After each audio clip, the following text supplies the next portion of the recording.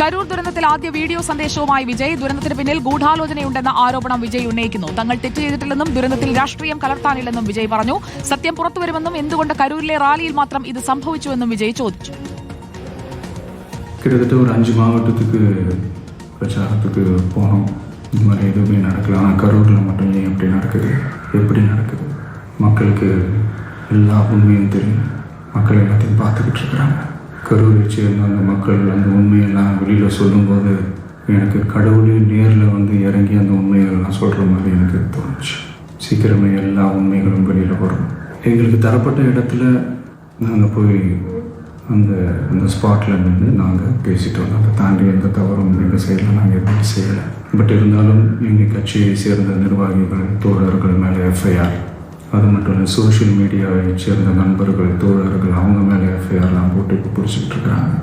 CM sir, உங்களுக்கு ஏதாவது இந்த பழி வாங்கணும் அப்படின்ற எண்ணம் ஏதாவது இருந்துச்சுன்னா என்ன வேணாலும் பண்ணுங்க.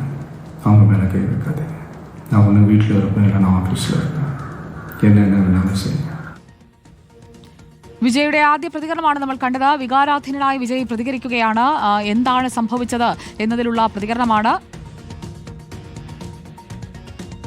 ഗൂഢാലോചന സൂചിപ്പിച്ചാണ് വിജയുടെ പ്രതികരണം.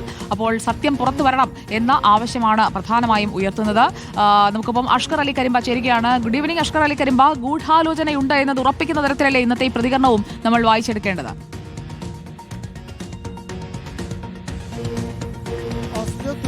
കാരണം വിജയ് ചോദിച്ച ഏറ്റവും പ്രധാനപ്പെട്ട ചോദ്യം 5 ജില്ലകളിൽ തന്റെ പരിപാടി കഴിഞ്ഞു.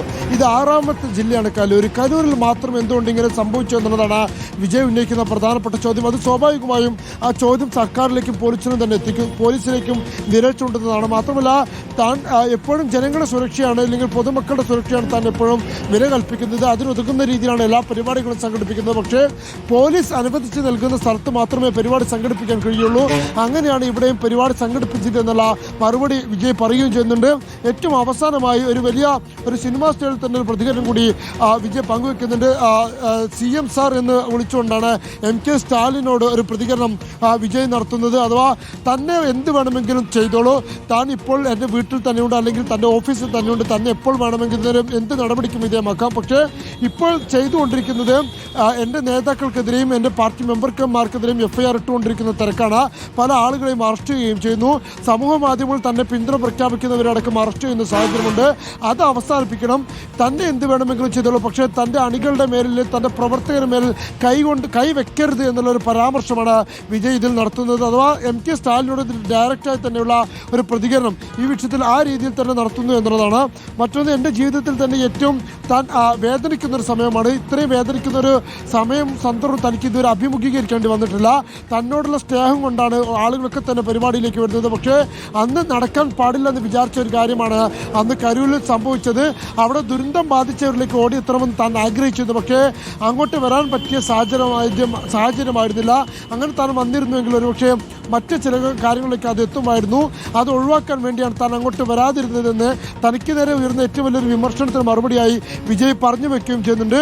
അതിനോടൊപ്പം തന്നെ രാഷ്ട്രീയ പാർട്ടി പ്രവർത്തനമായി താൻ ഇനിയും മുന്നോട്ട് പോകും. അത് പ്രവർത്തകരോടുള്ള ഒരു ഉപദേശം എന്നതിനെ തന്നെ താൻ ധൈര്യത്തോടെ ഇരിക്കുക, ധൈര്യമായി തന്നെ നമ്മുടെ പാർട്ടി പ്രവർത്തനമായി മുന്നോട്ട് പോകുമെന്നും വിജയ് സൂചിപ്പിക്കുന്നു. മറ്റൊരു കാര്യം പറയുന്നത്, കരൂരിൽ നടന്ന കാര്യത്തെക്കുറിച്ചുള്ള സത്യം അത് എല്ലാ ജനങ്ങൾക്കും ബോധ്യമായിട്ടുണ്ട്. അതുകൊണ്ട് ജനങ്ങളുടെ പ്രതികരണത്തിൽ നിന്ന് തന്നെ അത് മനസ്സിലാക്കാൻ സാധിക്കും.